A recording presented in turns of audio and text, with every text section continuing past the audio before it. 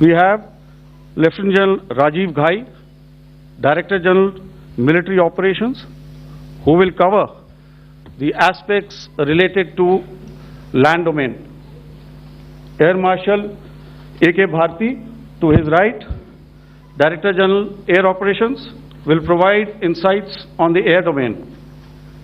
And to my right is Vice Admiral A.N. Pramod, Director General Naval Operations, who will cover aspects on maritime domain.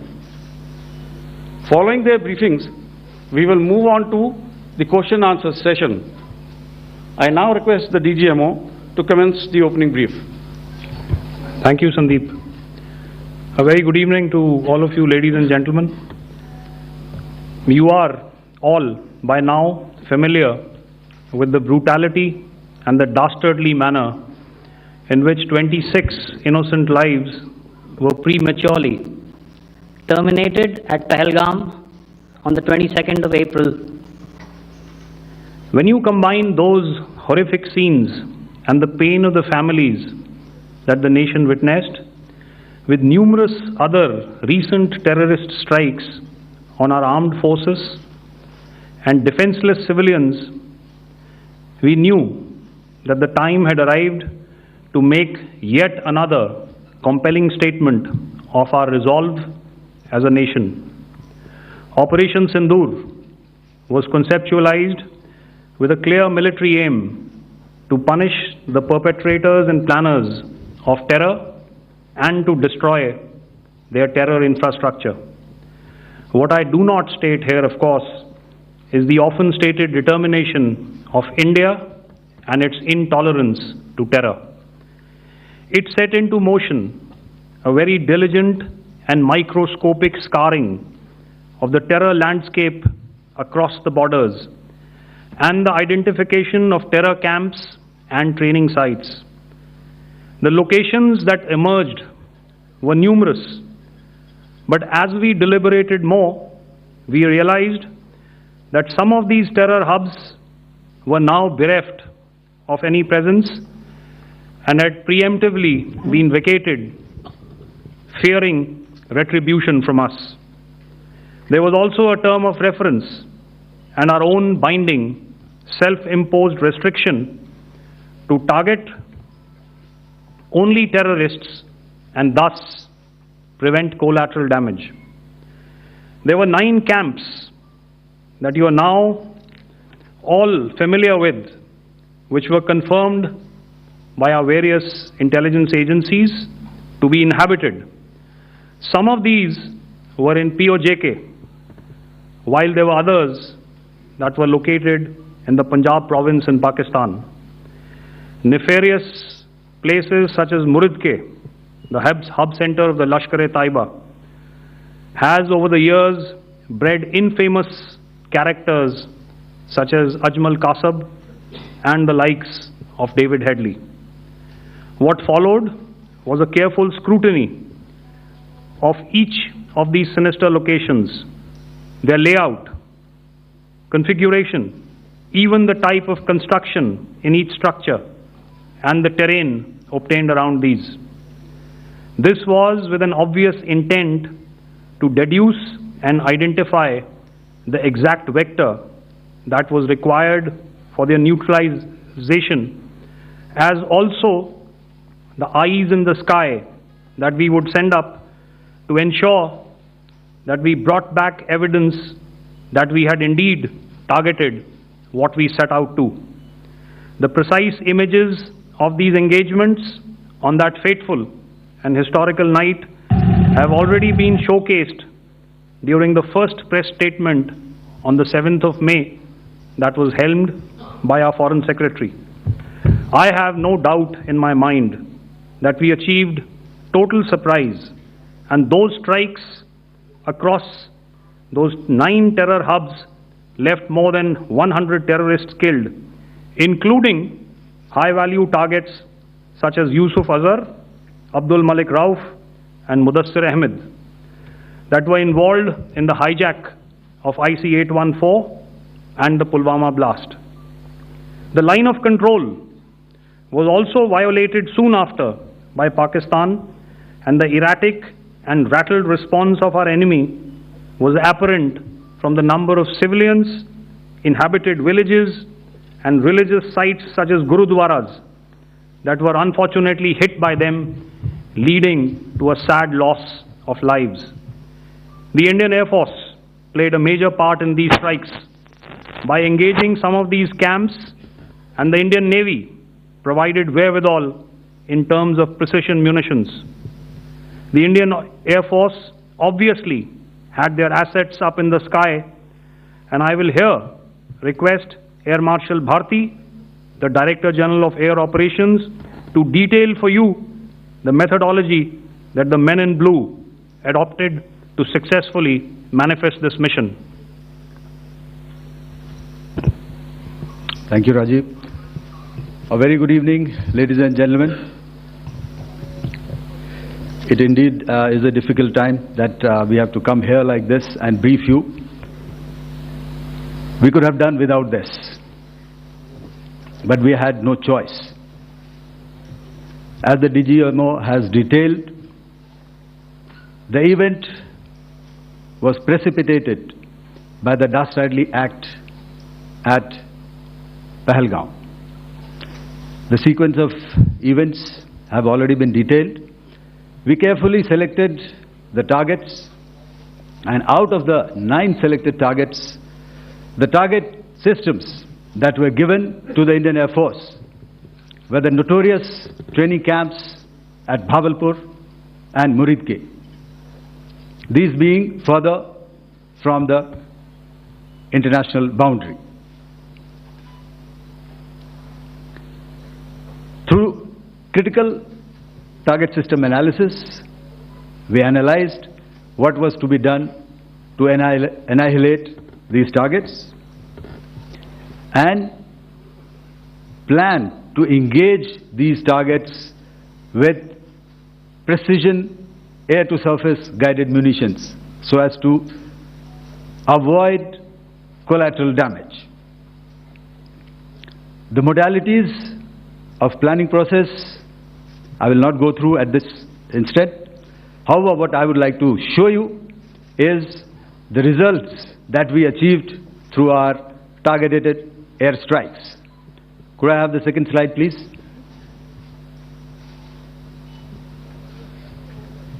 Yeah, change, please.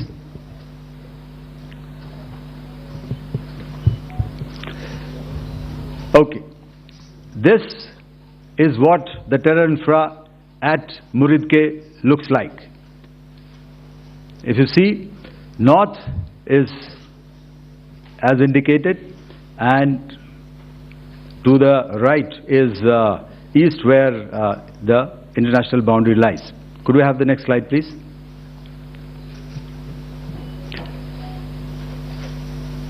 Orientating. Just go back to one slide. Okay. Please have a look at this red building, the series of buildings out here, and this empty ground. Next. If you relate, the empty ground is here, and you see this is the first weapon that is impacting. This is the impact point number 1 on Muridke training camp with our precision guided weapons on early morning 7th. Next, please. Keep your eyes glued for the second weapon coming in and the second impact on the selected target point. Next slide, please.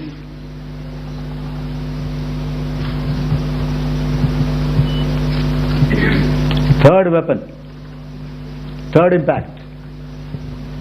Continue. And fourth weapon, fourth impact. So through these targeted and precision targeting, we addressed the target at Muridke, which was the terrain infrastructure.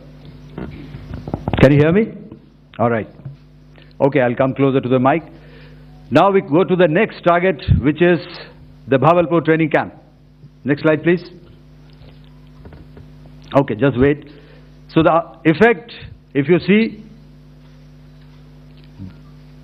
the impact point, if I can point out, this is the impact point. The ammunition has gone through the roof and it has created a blast inside, the photographs of which you would have, all of you would have seen. And the red building, after that there was this double-story building. It has been completely decimated by precision targeting. Next please. The target system which was in the north, a series of buildings. I will show you how it looked. Next. Completely destroyed by our precision targeting. Next.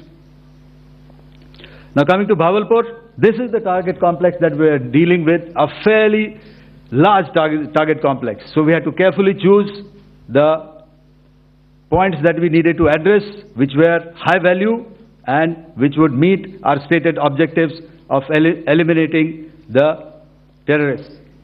I would like to draw your attention to this red canopy, and in relation to that I would cover the targets. One target system is a series of buildings here, other one here, and other one out here. Next slide please. This is how it looked before, and this is how the building looked after the impact of the weapon, and orientation in relation to this red canopy you can see here. Next please. Before, next, and after. The roofs have completely collapsed. Next. This is the target system. Next. Precision targeting, and we have achieved our objectives here. Next. All right, so that was what we did on the 7th. Our objective was to address these two terrorist camps, and that we did with precision. And thereafter we maintained a robust air defense posture, because remember, our objective was to target the terrorists and terrorist infrastructure, not any other infrastructure, not the Pakistani military, not the Pakistani any other infrastructure. So that is what we have maintained on the 7th of May. However, what we saw in the evening of 7th of May, we were saturated with a raid of Pakistani unmanned aerial vehicles and small drones, and these came in waves in our civilian areas, over our military installations, and all of them were successfully intercepted. Few of them did manage to land. However, there was not much damage that they did, and we have our robust counter-US hard kill and soft kill systems which did the job. However, the difference here was that we had targeted the terrorists. The adversary now has targeted our civilians and the military infrastructure, so it had to be responded to. So in a quick and calibrated response, that very night we struck their radar installations at Lahore and close to Gujranwala, the LYT installation, to indicate to him that we are ready, yet we do not want to escalate. Our fight was with the terrorists and not with the Pakistani military establishment. Thank you. Thank you, Air Marshal Bharti. So, ladies and gentlemen, he's outlined operations not only on the night of 6th and 7th of May, when Operation Sindoor commenced, but also on the subsequent night. Being well aware and familiar with the congenital and impulsive nature of our adversary, and even though we did attempt to reach out and communicate our compulsions to strike at the heart of terror to my counterpart in the immediate wake of Operation Sindoor, the request was brusquely turned down, with an intimation that a severe response was inevitable and in the offing. We were, of course, prepared. Operations on the 7th and the 8th, Air Marshal Bharti spoken about. On the night of 8th and 9th of May, they flew drones and aircrafts into our airspace all across the borders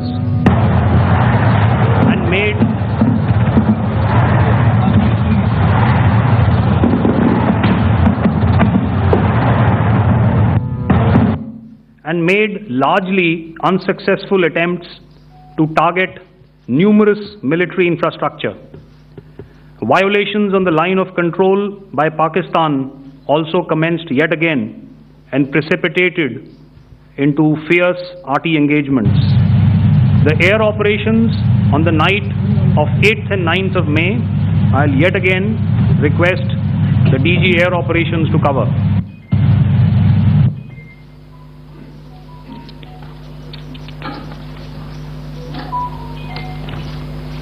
So I just covered what happened on the night of 7th and 8th. What we found that on the night of 8th and 9th, starting as early as 22:30 hours, our cities had a mass raid of drones, unmanned aerial vehicles, UCAVs, starting right from Srinagar, going down right up to Nalia. It was a mass raid in waves and it was relentless. However, we were prepared and our air defense preparedness ensured that there is no damage on ground or to any of the intended targets that the enemy might have planned for. The difference between 7th night and 8th night was that on 7th night he sent in his Yeehaw class of UAVs. However, these UAVs can go some distance, they are armed. However, on the 8th, less numbers of armed UCAVs were there or UAVs were there, and more numbers of quadcopters, maybe for surveillance or just for harassment of civilians. This continued till midnight. Our air defense preparedness ensured that there was no damage on the ground, either to the military installations or to the civilians. However, the enemy had yet again shown that he wanted to up the ante and he wanted a fight, and we were up to the task. In a measured and calibrated response, we once again targeted his military installations, which included his SAM sites at Malirkant. This also included his surveillance radar sites at Lahore and close to Gujranwala. These were suitably addressed, and thereafter his drone attacks continued even till morning, which we countered, and during the daytime there was some respite. Here I would like to bring out another aspect. What we found was that while the drone attacks were being launched from somewhere close to Lahore, enemy had allowed his civilian aircraft to also continue to fly out of Lahore. Not only his own aircraft, but international passenger aircraft, which is quite insensitive, and we had to exercise extreme caution, even at the cost of some tactical disadvantage, to ensure that there is no damage to any of the civilian aircraft. And this was also brought out in our press briefing during the day. So I will now hand over to my colleague to cover the events of 9th onwards. On land, we also undertook certain measures such as deployment of air defense and electronic warfare assets to establish an integrated grid with the Indian Air Force, and I have seen and heard some of you wax eloquent about the benefits of such an architecture when it comes to negating and combating air intrusions. We also carried out deployment to include movement of our forces in the land, sea and air domains. The night of the 9th and the 10th of May saw similar intrusions by drones and aircrafts, and this time there was a concerted effort to target airfields and some very, very important logistic installations, albeit yet again unsuccessful and denied gallantly and efficiently, I must say, by the integrated Indian Air Force and Indian Army Air Defence. We further strengthened our deployment and also initiated some pressure points to send a very clear and unambiguous message to the other side to desist from any misadventures on land.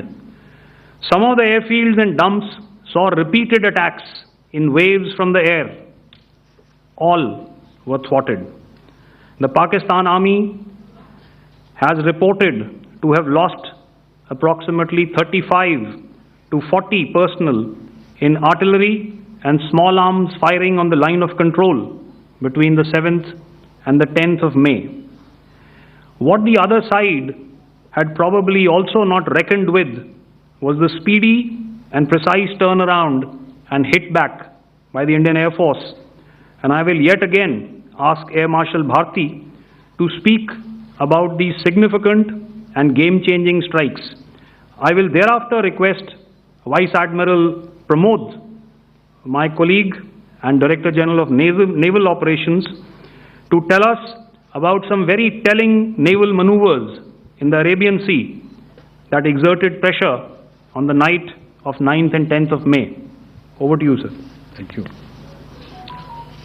Commencing about 2000 hours, that is 8 p.m. local time, on 8th of May, several Pakistani unmanned aerial systems, drones, combat vehicles attacked multiple IF bases. These included Jammu, Udhampur, Pathankot, Amritsar, Bhatinda, Nal, Dalhousie, Thois, Jaisalmer, Uttarlai, Falodi, Nalia. These were almost simultaneous and they came in waves. All our AD guns and other systems were waiting for them. All these waves were neutralized by our trained crew using the air defense systems that they have, and also some of them were utilized using our legacy systems like Pechoras and IF Summer, which we have recently acquired, and some were neutralized by the Garud snipers. There was no damage on ground from these incursions and these mass raids, if I could call them, from the Pakistani side. However, following these relentless attacks on our air bases, on our forward positions and on our civilian targets, this was time to convey some message to our adversaries. And therefore, a decision was taken to strike where it would hurt. And towards that, in a swift, coordinated, calibrated attack, we struck his air bases, command centers, military infrastructure, air defense systems across the entire Western Front. The bases we struck include Chaklala, Rafiki, and mind you, Chaklala is Islamabad. Rahim Yar Khan, Sakar, sending a clear message that aggression will not be tolerated. This was followed by strikes at Sargoda, Bholari, Jacobabad. We also struck the C2 centers at Murid, the UAE complex at Murid, Rafiki, radar at Chunia, which I will show you, Rahim Yar Khan airfield, and the unmanned combat aerial vehicle hangar at Sakar.